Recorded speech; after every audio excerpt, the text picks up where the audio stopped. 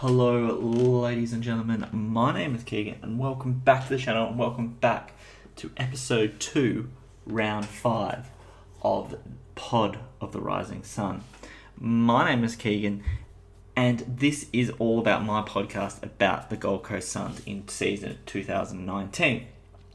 So, this week, it was a bit more back down to earth, wasn't it? The Suns got absolutely bullied by the Crows, with the final score reading 18-11, 119 to Adelaide, with 6-10-46 to the Suns. So just a couple of quick stats. Both Crouch brothers had 36. Oh, funnily enough, both Crouch brothers had 36 disposals each. They both had 13 kicks. They both had 23 handballs as well. How nice and symmetrical is that? Sloan had 32, and Ellis Yeoman, who actually played really well for the Crows, had 29 as well. For the Suns, we saw Fiorini had 20, Hanley had 29, Fiorini had 30, Hanley had 29, Took had 28, and David Swallow had 23. So looking at those disposals just then, you can tell the Crows had a lot more of the ball, which was fair enough. Look, I watched it with a couple of mates on the Gold Coast when I was back visiting my parents, and they ran absolute roughshod over us. The first quarter was pretty tight. We kept it tight right until Adelaide kicked a goal right after the quarter time siren. It's a bit disappointing because Wright had a few chances early on to put a couple of early goals on, and who knows, early goals might have been all the difference, but you can't take it away from Adelaide. They turned up after having a very rough start to the season. Seems like their form's turned around. We might not have just been performed, and we might have played them into form, but Adelaide looked pretty good. You can't really complain about that. Eddie Betts is absolutely amazing. That goal that he scored on Harbrow just from the boundary with a left foot banana, and he didn't even look like kicked through it. He sort of almost tapped it. He just sort of eased it through, and I would love to watch that game back. I'd love to watch those goals, and would have loved to enjoy Eddie Betts' 300th as a neutral supporter, but unfortunately he was playing the Suns, and there's not much you can do about that. He ripped us apart, and fair play to him. He's an absolute gun. He'll be easily a future Hall of Famer, one of the best small forwards in the modern era, and that's all you can really say about him. Absolutely an absolute gun. Adelaide have the wood over us for sure. I think they've beaten us 12 times since we started in the league 2011. They are still the only team the Suns haven't beaten, and I'm unsure. Correct me in the comments below. I'm unsure if we play the Crows again this year, so that might roll over into 2020 as well, which is rough. It's rough. You don't want to have a constant losing streak against the one team, but Adelaide seemed to match up so well against us. Their midfield bullied us. The Crouch brothers, Sloan, Ellis Yeoman, they're big bodies, and while the likes of Fiorini and the likes of Will Brodie, who played in the Guts this year, Jack Bowes, while they are good players, they're still young enough that they haven't fully developed, so they get bullied by the bigger-bodied Adelaide midfield way too easily, and that's what happens. That's why we've been playing with such a I don't want to say negative because it's not negative, but it's such a contested style. We're looking to block it up because we can't let them get to the outside, because as soon as they get to the outside, the bigger bodies of Adelaide, they'll feed it out to the running halfbacks of Adelaide, and that's exactly what they did. The Adelaide halfbacks ended up not cheating because they were killing it, but they ended up getting forward of the ball because they knew that their midfield of the Crouches, Sloans, Ellis Yeomans was always going to get first hands on the ball, and they just fed it out to the likes of Brodie Smith, Rory Laird, those sort of guys off the halfback. And yeah, what can you say? They looked really good. We probably helped them. We probably made them look good, but they're really good. Someone like Talia as well, as just the way we're going forward. We kept bombing it in, and Talia just kept laying off, taking marks, intercepting marks. He played really well as well. I think we just played right into his hands. And Talia he's an absolutely quality key defender. You can't say anything about that. Taylor Walker he was all right as well. He kicked 3 goals for the Crows as well. For the Suns, who played well for us. So as far as let me go through my 3, 2, and 1 votes for the Crows game, and then I might talk about how those guys played, and maybe some other people that need a mention. Hanley in his 150th game had 3 votes. I thought he looked very good running off the halfback. He had 22 kicks, and he had 29 touches all up. He looked really good. He took some nice marks. He ran off the halfback line really well. Some of his kicks were a bit questionable, but overall I can't really fault him in his 150th. I thought he played really well and he applied himself really well. Can't say more than about that. Hanley with my 3 votes. 2 votes for the Suns, I went with Fiorini. Again, he's putting together a really good season. Another 30 touches, 5 marks, and he kicked 7 tackles. And he also kicked a really, really good goal as well from the pocket. I think that was our first goal. Just sort of got the ball in the pocket on the wrong side. I think he kicked off his left foot. Correct me if I'm wrong again down in the comments below. But he looked really good, and I was really happy with that. 1 vote went to Peter Wright, who that was probably his best game for the season. It sucks that it could have came in a bit of a 73-point demolition, but that was his best game he's played for us all year. He took 10 marks. He kicked 3 goals, 3. He could have had 5 goals very easily. 2 of the goals he missed were very, very gettable. But that's a good time to hitting form heading into Brisbane this week with Harris Andrews out for Brisbane. Peter Wright could be a factor, and hopefully he can build on his 3 goals, and hopefully he's got that touch for the ball now, meaning he can go forward and he can kick a few goals against Brisbane this week, and hopefully he can help it get us the win. Some other quick mentions, just looking through the team.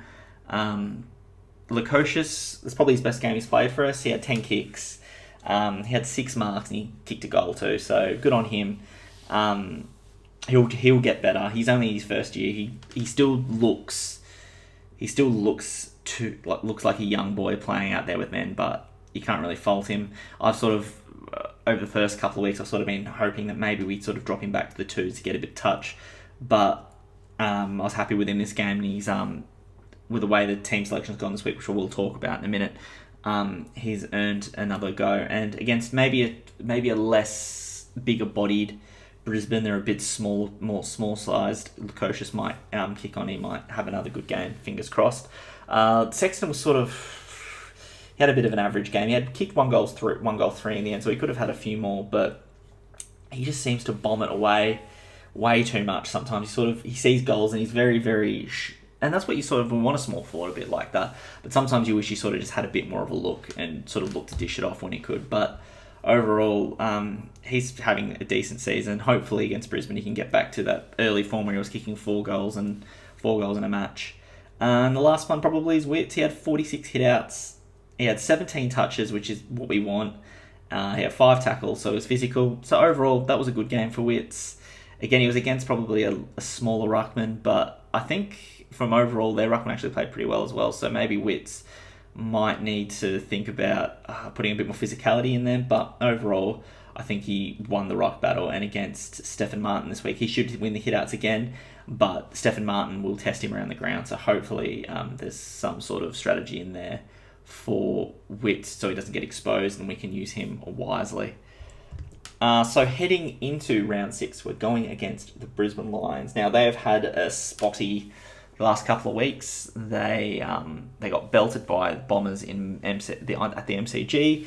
Then they got belted by Collingwood in Brisbane in their big game for the year, their Easter Thursday game.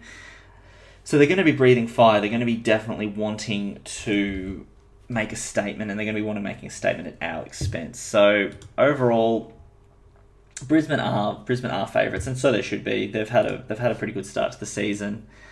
They're $1.44 to our $2.80 as far as betting odds go. So we can't really say much about that. So I'm not 100% sure that it's going to be So the way I look at it is the pressure is not on us for this game. I think the pressure is on Brisbane. They're going to be going in expecting to win. They've had 2 rough games. We had a rough game last week, but the expectation on us seems to be a lot lower this year. We've already had 3 wins. People tipped us to have maybe only 3 wins and maybe even a few less than that. If the Suns can get a win this week, that's going to be great for the Suns, and I'm looking forward to 4-2 for the Suns at the start of the season. It's absolutely amazing. But for Brisbane, if they were to lose this game, the story almost coming out of it is Brisbane have sort of squandered an early, really good start, and how good actually are they? So who knows? It's going to be a good close game. The Q clashes are never games that like are huge, like smashing like 50 points one way or 50 points the other. They're usually pretty close, and I'd back us in because in close games the Suns have done well this year. Lost by a point to St Kilda. And then the other three close wins against Fremantle, Bulldogs and Carlton. Arguably Carlton, I reckon we deserve to lose that game. But we pulled it out of the fire. But we've done well in the close games. Hopefully, if it's a close game again this week, which in history suggests it could be, that the Suns have that experience this year. This young team has that experience to play out the close game and squeak out a result. As always this year for the Suns, as long as we keep it competitive for 4 quarters and we compete for 4 quarters, I'll cop that. I'm happy with that. There's only been one change to the team this week for the Suns. That is Burgess out and Corbett in. Burgess is probably, after sort of having 2 decent weeks early on, he's fallen away a bit. So Corbett's come in, and Corbett, from all reports from the club, out of the 3 rookie listed players we got from the AFL as a support package, he was picked as the best, and in the for the past 2 weeks, he's gotten 10 marks. So there is some sort of form there. Hopefully that means he can convert that into form against Brisbane. He took those 10 marks actually against the Brisbane's NEFL team. So hopefully that means he has a similar game against Brisbane's AFL team. And I'm not expecting him to come in, kick 8 and save us, but I love this. Burgess only got 4 touches against the Crows, which is not good enough. Corbett's more of a third tall sort of lead up, so Peter Wright is still the main key forward, but Corbett hopefully gives us a bit of structure, straightens up a bit, leads for us, and we can hit him up and then look to hit up Peter Wright in the forward 50. So I'm pretty happy with that. That's our only change. I'm sort of happy there haven't been too many changes. Earlier in the week I was like, Powell, and I'd love to see Powell and Miles get back into the team, but I don't think you can drop Brodie this early on. He's had 1 game, he got 23 touches. He wasn't amazing. He was a little bit scratchy, but I think you've got to give him at least 3 weeks to have a look at it. This is a game that definitely is winnable. It's definitely winnable for us. And if we can somehow win, that's good experience for Brodie. That's good experience for the club in general. Forward to heading to West Coast next week, a game in Western Australia, which we'll probably expect to lose.